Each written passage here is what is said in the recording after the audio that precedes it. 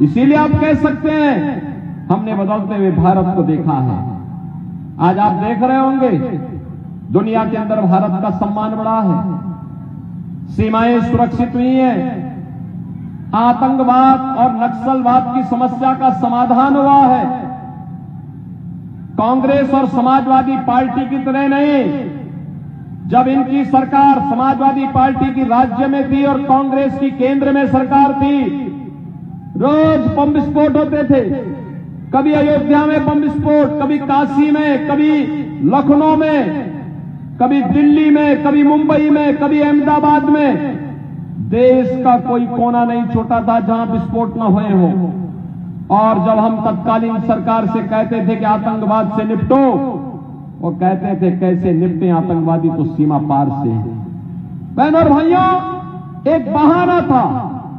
कांग्रेस और समाजवादी पार्टी में इच्छा शक्ति का अभाव था, या वोट बैंक की राजनीति के चलते तुष्टीकरण की नीति पर चल करके इनके द्वारा आतंकवाद से निपटने में कोताही बरती जाती थी। आज आपने देखा होगा 10 वर्ष में मोदी जी के नेतृत्व में आतंकवाद को पूरी तरह समाप्त किया गया है, नक्सलवाद का नेस्तनाबूद हुआ है।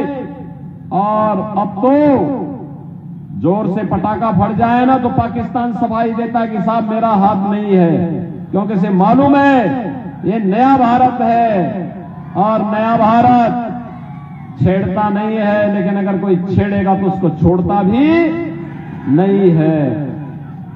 बहनों और भाइयों, इस नए भारत में विकास की जो यात्रा प्रारंभ की है वह अद्भुत है, दुनिया के लिए आश्चर्य करने वाला है।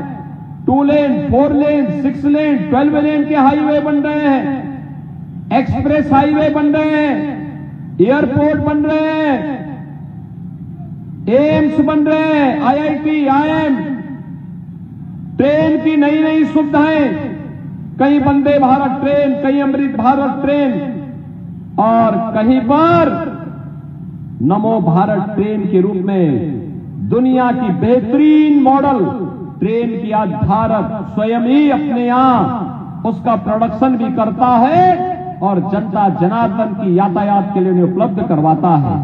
हर घर नल के माध्यम से हर घर तक पाइप पेयजल की स्कीम और नल में शुद्ध पानी उपलब्ध करा करके लोगों को आरोग्यता की ओर अग्रसर किया जा रहा है। गरीबों के लिए भी ढेर सारी योजनाएं 10 वर्ष में आपने देखी होंगी। 80 करोड़ लोग देश के अंदर फ्री में राशन की सौगात प्राप्त कर रहे हैं। मैं कहना चाहता हूं उन लोगों से जो पाकिस्तान का राग अलापते हैं, अरे थोड़ा सोचो, एक भारत है मोदी जी के नेतृत्व में 80 करोड़ लोगों को फ्री में राशन दे रहा है, और दूसरी तरफ पाकिस्तान है, कुल आबादी 23 करोड़ लोग भूख से बिलखते हुए दिखाई देते हैं। जो लोग पाकिस्तान का राग अलाप रहे हैं इनको जाना चाहिए पाकिस्तान में कोई इनको भीख भी नहीं देगा, भीख भी नहीं देगा पाकिस्तान में कोई। बहनों और भाइयों, 80 करोड़ लोग फ्री में राशन, 60 करोड़ लोगों को 5 लाख रुपए की प्रतिवर्ष आयुष्मान भारत की कार्ड की सुविधा, और मोदी जी ने कहा है कि 4 जून को जब फिर एक बार मोदी सरकार बनेगी तो 70 वर्ष से ऊपर के प्रत्येक बुजुर्ग को प्रतिवर्ष 5 लाख रुपए की स्वास्थ्य बीमा फ्री में उपलब्ध करवाएंगे। बहनों और भाइयों, 50 करोड़ लोगों के जनधन अकाउंट खोले गए। देश के अंदर 12 करोड़ किसानों को किसान सम्मान निधि का लाभ प्राप्त हो रहा है। 12 करोड़ गरीबों के घर में शौचालय बन गए हैं। 10 करोड़ गरीबों के लिए उज्ज्वला योजना का कनेक्शन, और उत्तर प्रदेश में तो हमने व्यवस्था की है कि होली और दीपावली के अवसर पर एक भरा हुआ सिलेंडर इन परिवारों को फ्री में उपलब्ध करवाने का काम करेंगे। बहनों और भाइयों, 4 करोड़ गरीबों के मकान बन गए, और मैं आपको इस बात के लिए कह रहा हूं आप आश्वस्त करिए 4 जून को जब मोदी जी तीसरी बार प्रधानमंत्री बनेंगे तो जितने गरीब होंगे, जिनके पास कच्चे मकान होंगे, खपड़े के मकान होंगे या झोपड़ी होगी, या जिनको आवास नहीं मिल पाया है, गरीब हैं, गरीबी रेखा से नीचे जीवन यापन करते हैं, उन लोगों को एक एक आवास उपलब्ध करवाने का कार्य भारतीय जनता पार्टी की सरकार करेगी। एक तरफ सम्मान भी है, सुरक्षा भी है, और बहनों और भाइयों साथ साथ विकास भी है और गरीबों का कल्याण भी है। और अयोध्या धाम में भगवान राम का भव्य मंदिर के निर्माण का काम भी है। आप में से कितने लोग अयोध्या गए हैं इधर? मैं यहां की विधायक केतकी सिंह से कहूंगा कि चुनाव के बाद एक बार बांसुरी के लोगों को ले जाकर के अयोध्या धाम का दर्शन जरूर करवा दें। बहनों और भाइयों, आप मुझे बताओ, क्या अयोध्या में भगवान राम का मंदिर क्या ये कांग्रेस और समाजवादी पार्टी के लोग करा पाते क्या?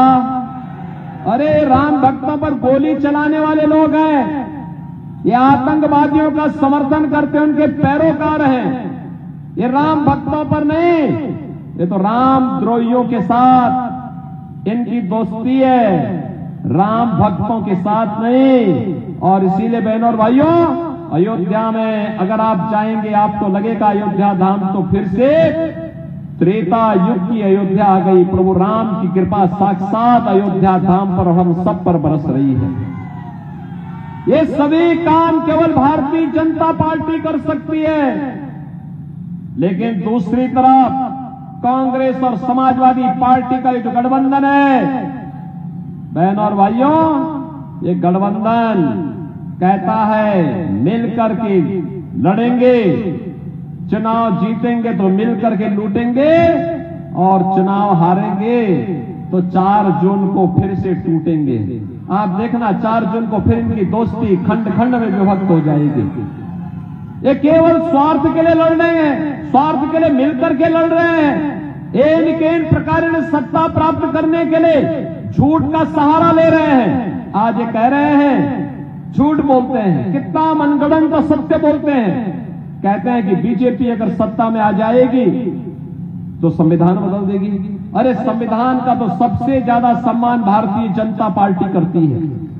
संविधान को सर्वोच्च सम्मान भारतीय जनता पार्टी करती है। बाबा साहब भीमराव अम्बेडकर के पंचतीर्थ मोदी जी ने बनाए।